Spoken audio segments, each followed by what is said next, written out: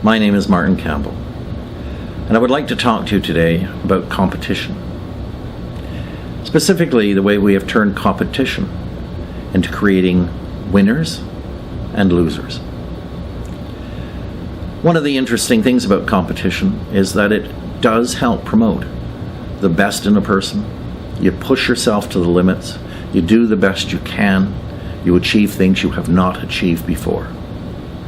All of that is wonderful. All of that is laudable, and all of that should be promoted and praised. Yet, when we have people who get to that point and they win, it's great. We call them winners. They're pumped up, they won the game, they're, top of the world. Yet, what do we do to the other team or the other person if it's a racing event? We call them losers. Yet, does that make any sense? Anyone who we call a loser, just hours before, was the top of the league, best in the world, best in the country, best in the region.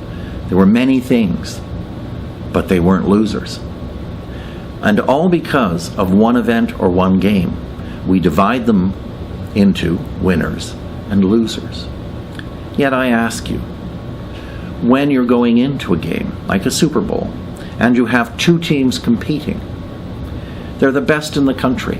They're the best that year. They are at the top of their field. They've gone through dozens of games, dozens of other teams, and they've been shown to be winners.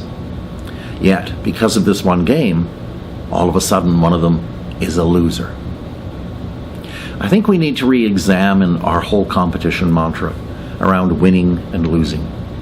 We take it into the workforce. We take it into competitions on music and baking and sports and you name it.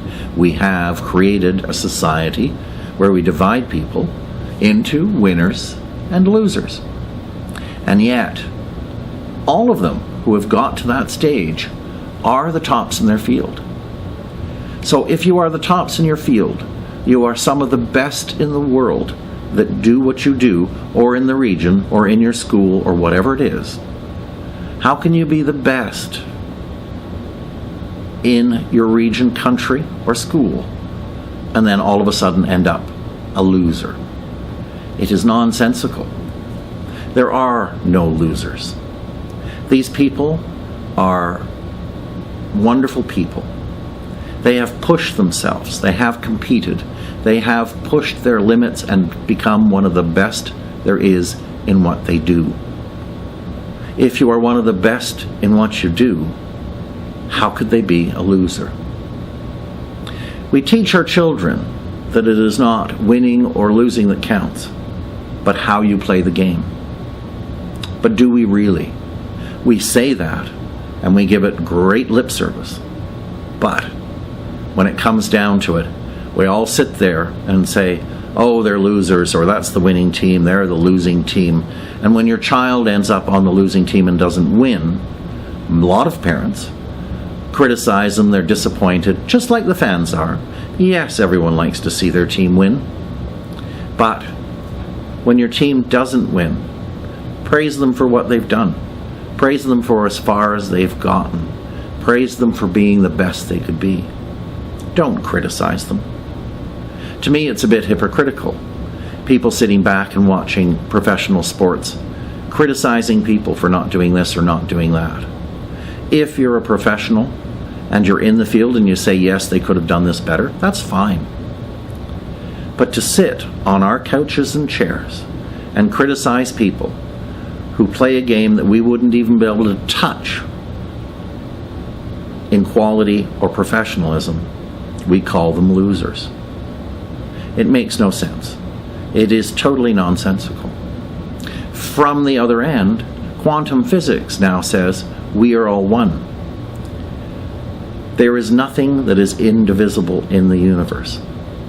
We are part of the whole. We are one with the universe. We are one with each other. Our energies are all intricately connected and all affect each other.